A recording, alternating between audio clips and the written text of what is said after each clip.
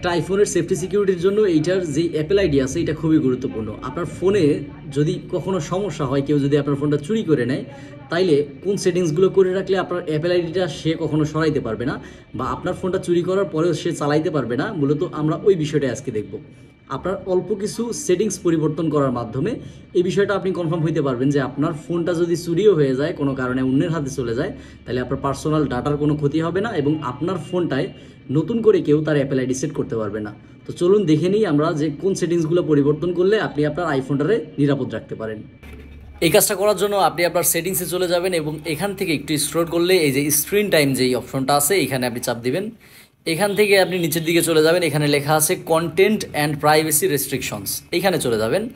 এখান থেকে আপনি একটু নিচে স্ক্রল করলেই দেখবেন যে পাসকোড অ্যান্ড ফেস আইডি, আপনি এইটাতে চাপ দিয়ে এটা ডোন্ট অ্যালাউ করে দিবেন। এখানে একটা পাসকোড আপনার চাইবে, আপনি প্রথমে একটা পাসকোড দিয়ে দেবেন, আমি আমারটা দিয়ে দিচ্ছি এবং এটা আপনি ডোন্ট অ্যালাউ করে দেবেন এবং এর নিচে যেই অ্যাকাউন্টস আছে এই অ্যাকাউন্টসটাও আপনি ডোন্ট অ্যালাউ করে দিবেন।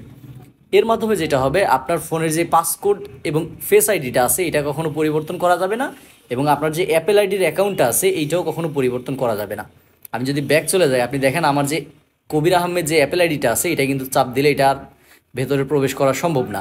অর্থাৎ আপনি যদি চান যে নিজেই আবার এটা চেঞ্জ করবেন, তাহলে আবার আপনি স্ক্রিন টাইমে চলে যাবেন এবং এখান থেকে একইভাবে এখানে চলে যাবেন পাসকোড অ্যান্ড ফেস আইডি, এখানে এটাকে আপনি অ্যালাউ করে দিবেন। এখানে অবশ্যই আপনার সেই স্ক্রিন টাইম পাসওয়ার্ডটা চাইবে, আমি ওইটা দিয়ে দিচ্ছি, এটা অ্যালাউ করে দিবেন এবং অ্যাকাউন্টসটাও আপনি অ্যালাউ করে দিবেন।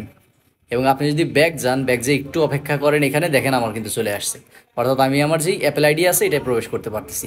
তো যেহেতু আমি চাচ্ছি না যে আমার ফোনটা চুরি হয়ে গেলে কেউ আমার এই ফোনের ডাটাগুলো কেউ সরাই দিক, সেক্ষেত্রে আমি এটাকে ওইভাবেই রেখে দিব, অর্থাৎ আমি পাসকোড এবং এইটার যেই ফেস আইডিটা আছে এটা ডোন্ট অ্যালাউ করে দিব। এতে করে আমার ফোনটা এখন সিকিউর হয়ে যাবে।